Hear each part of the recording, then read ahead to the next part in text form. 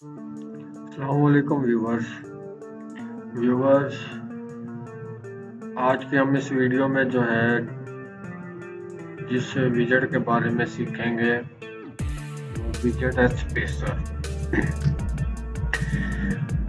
Spacer विजेट को हमने कैसे यूज़ करना है एलिमेंटर पेज बिल्डर के साथ अपनी वेबसाइट के अंदर, वो आज जो है हम यूज़ करना सीखेंगे। तो वीडियो को शुरू करने से पहले आप लोगों से गुजारिश है कि अगर आप लोग इस चैनल पे नए हैं तो उसको सब्सक्राइब करें, बेल आइकन के बटन को लाजमी दबाएं ताकि आने वाली जितनी वीडियोस हैं वो आप तक पहुंचती रहें। तो वीडियो को स्टार्ट करते हैं। तो मैंने अपने पेज को जो है होम पेज को एडिट किया हुआ है। तो लास्ट जो सेशन था उसमें हमने डिवाइडर के बारे में सीखा और आज हम जो है स्पेसर विजेट के बारे में सीखेंगे कि उसको हम कैसे या उसको जो है वो यूज़ कर सकते हैं। तो सबसे पहले जो है थोड़ा सा ओवरव्यू हो जाए कि स्पेसर विजेट क्या है। इसको स्पेसर विजेट को अब मैंने ड्रैग एंड ड्रॉप किया है।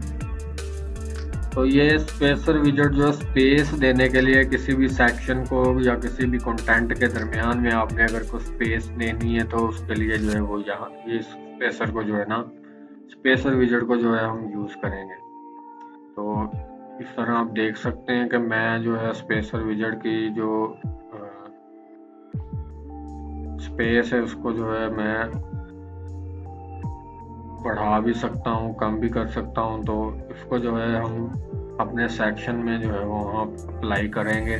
तो हमने मिसाल के तौर पे हमने यहाँ पे एक स्पेस देनी है।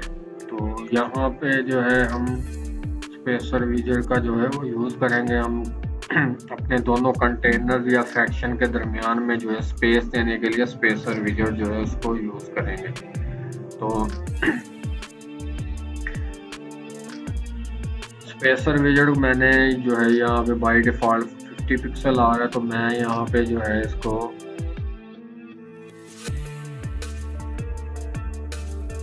40 कर दूंगा। ठीक है।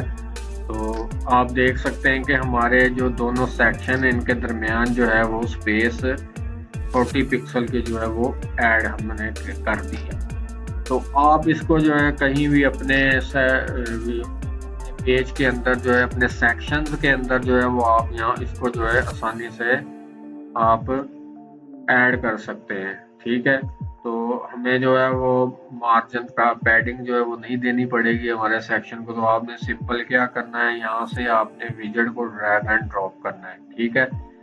और स्पेसर को जो है आपने यहाँ पे ऐड करना है। तो जैसे ही आप यहाँ पे ऐड करेंगे तो हमारी ऑटोमेटिकली जो है वो स्पेस हमारे सेक्शन के जो सेक्शन होंगे या कॉलम्स होंगे उनके दरमियान में जो है वो ऐड हो जाएंगे। तो इस तरह से जो है वो आप इसको ऐड यहाँ पे कर सकते हैं।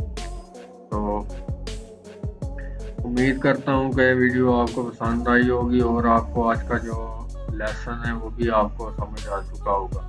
तो वीडियो के लास्ट पे आप लोगों से गुजारिश है कि अगर आप लोग इस